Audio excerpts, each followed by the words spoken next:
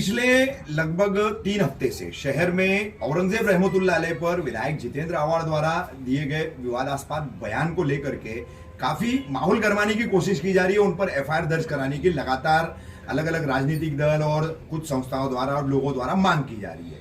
और एक सवाल जो है सोशल मीडिया पर और पूरे शहर में लगातार उठाया जा रहा है कि राष्ट्रवादी कांग्रेस पार्टी में कई मुस्लिम नगर सेवक हैं, कई मुस्लिम पदाधिकारी हैं, लेकिन उन्होंने अब तक इस पर कोई मुंह नहीं खोला, उन्होंने कोई बात नहीं की। तो और इसी में उलमाओं को भी जोड़ा जा रहा है। तो उलमाओं का सवाल में एक लंबा सवाल है, वो दूसरा मैं सवाल लूंगा आपसे, लेकिन पहला ये सवाल है कि अंतर्गत आप भी एक मुस्लिम है, रिचुअल जो है आप पूरी तरीके से पालते हैं, तो क्या इस मुद्दे पर आप जैसे नेताओं ने विधायक जितेंद्र आवाड़ जी से कभी कुछ इस पर चर्चा की, कुछ बात की उनके वक्तव्यों को लेकर?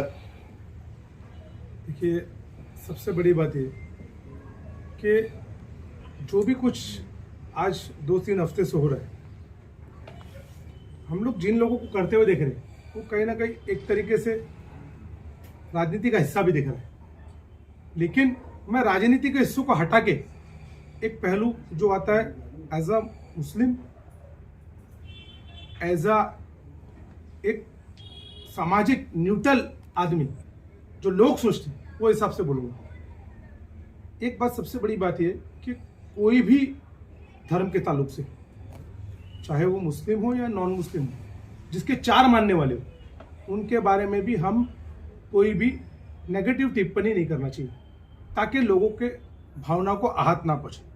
इसलिए मैं ये मानता हूं कि ऐसी कोई भी चीज़ जिससे रिलीजियस को धक्का लगे, हम जिस कॉन्स्टिट्यूंसी में, वो मुस्लिम बहुल इलाका है, और ऐसे में अगर उधर भी हम बोलते, जिस जगह पे एक हिस्ट्री के हिसाब से, राजा के हिसाब से देखेंगे तो औरंगजेब रहमतुल्लाह अलैह के बारे में कुछ अलग लोगों के बारे में सोचे, कुछ लोग पॉजिटिव सोचते हैं, कुछ लोग नेगेटिव सोचते हैं, लेकिन हम लोग जो सोचते हैं वो एक दीनदार, टोपी सिल के अपनी बादशाहत को जिंदगी देने वाले बुजुर्गाने दीन, उनके हिसाब से हमारी पूरी कम्युनिटी की छवि है।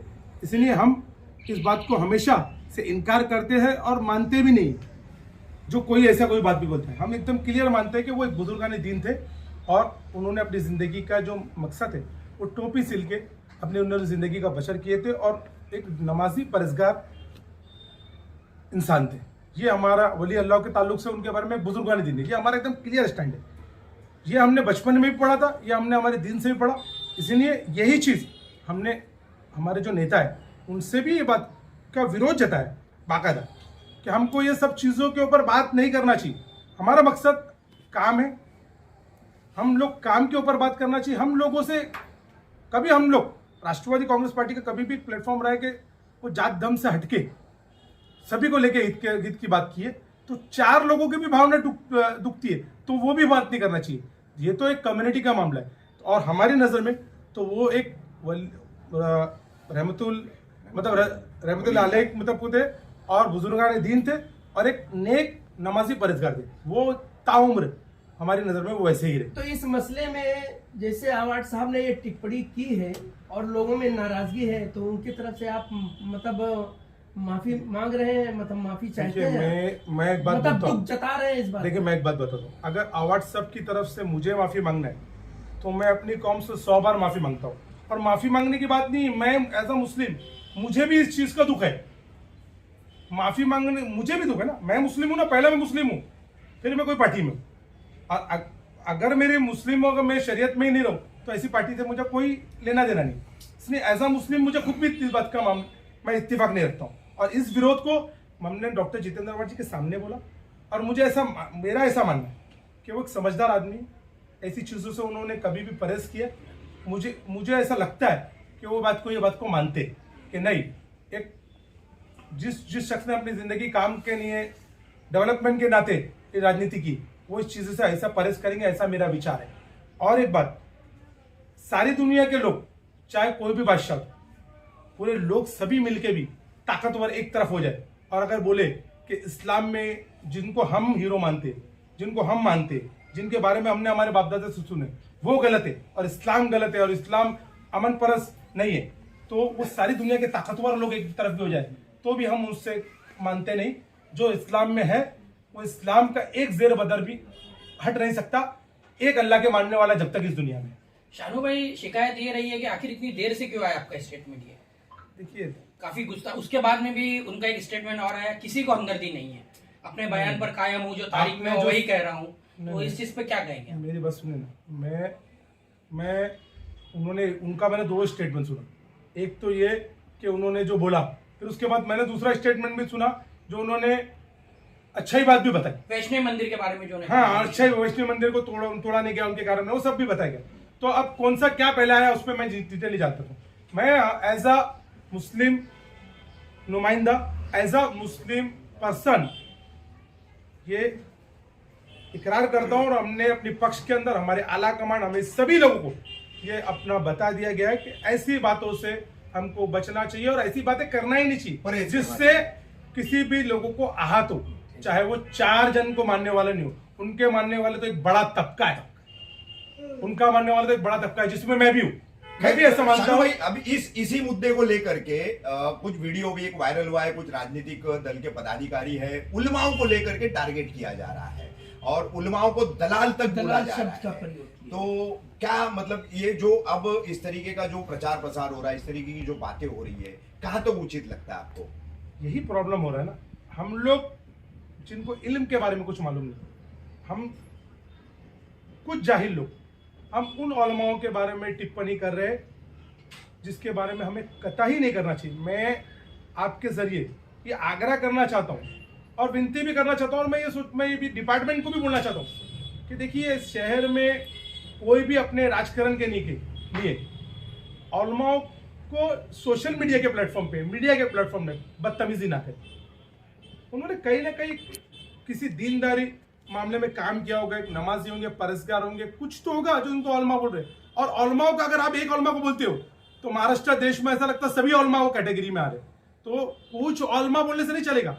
उलमाओं से अगर आपको शिकायत है, आप उनके खानका, मस्जिद, मदरसे में जाइए और उनको बोलिए कि आपसे हमको ये शिकायत है और उनसे जवाब लीजिए। लेकिन हम कोई भी उलमा को ऐसी टिप्पणी करें कि वो दलाल है, ये बहुत गलत बात है और इसकी निंदा करते, ऐसी कोई भी चीज नहीं होना चाहिए। और मैं आपको साफ बोल देता हूँ, मैं अपनी पार्टी से शुरुआत करना चाहता हूँ। मैं एनसीपी के लोगों के साथ सभी पक्ष के लोगों को बोलना चाहता हूँ कि प्लीज कोई भी लोग अपने उलमा कराम, पंडित, धार्मिक भावनाओं के प्लेटफॉर्म को इस्तेमाल ना करे पॉलिटिक्स के लिए।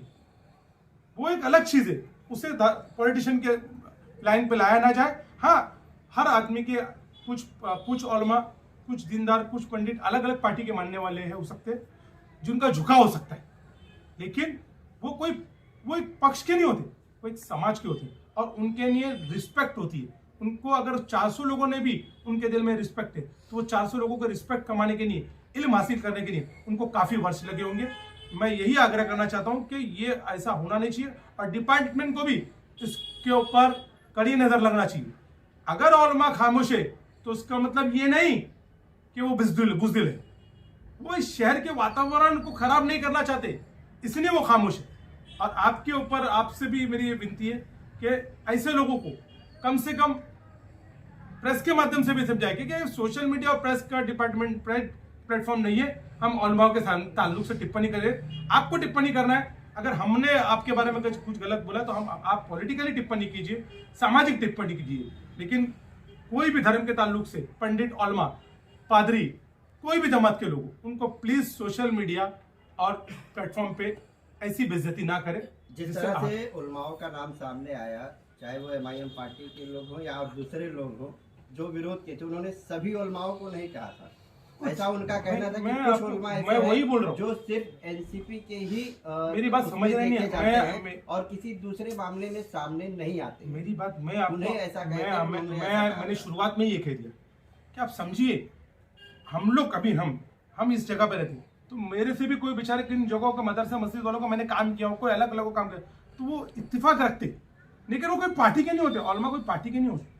आप मेमोरेंडम तो देना चाहिए था ना, जो मेमोरेंडम दिया आप लोग अगर आप लोग के वक्त पे आ सकते थे तो फिर औरंगजेब रहमतुल्लाह आप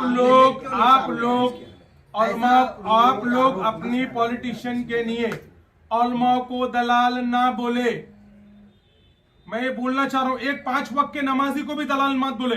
अगर वो दिल्ली में ताल्लुक इदारे से ताल्लुक रखता है, वो बाजू में बैठ गया तो वो एनसीपी का पदाधिकारी नहीं। आपको अगर बदतमीजी बोलना है, आप हमारे पक्ष के कोई लोगों को बोल सकते हैं, लेकिन आप उसमें उलमा को घसीटे नहीं।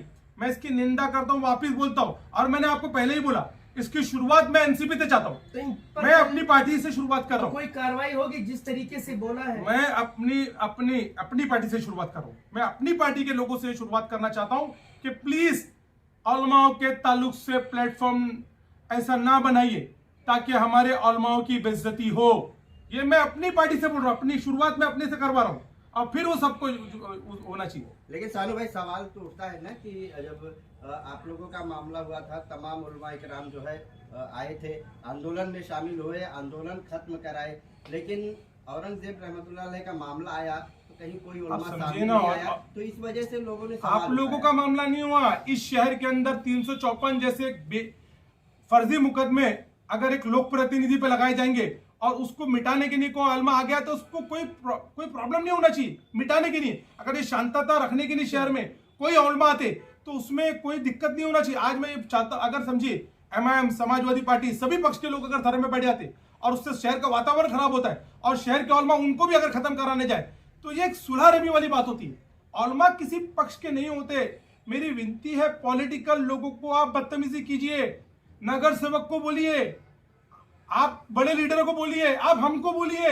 हम उसका जवाब हमारे तरीके से दे देंगे। उलमा खामोश है तो उनको बेचारी खामोशों को उनकी बुज़दिली ना समझा जाए। एक भी शख्स जो है, एक भी उलमा को ना कोई उनके बारे में टिप्पणी करे, ना ही उनको पॉलिटिकली प्लेटफॉर्म पे उनको इस्तेमाल किया जाए। मैं वापिस बोल रहा हूं, इसकी शुरुआत मैं चाहता हूं एनसीपी से।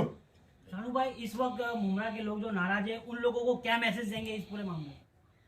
देखिए, मुमरा के लोग नाराज है, मैंने यही नाराजगी हमने हमारे पार्टी के बड़े लीडर व्हाट्सएप तक भी पहुंचा दी, और एक समझदार लीडर है, वो 354 दाखिल होने के बाद वो आहत है, कहीं ना कहीं वो थोड़े से दुखी है, और ऐसी उस मामले को लेके मुझे ऐसा लगता है, इसलिए उनके 2 स्टेटमेंट मैंने देखा, 2 स्टेटमेंट देखा, दोनों स्टेटमेंट देखा। कौन सा स्टेटमेंट पहले आया और बाद में आया इसकी पड़ताल मैंने नहीं किया, लेकिन मैंने दोनों स्टेटमेंट उनके सुना और लोगों ने भी सुने।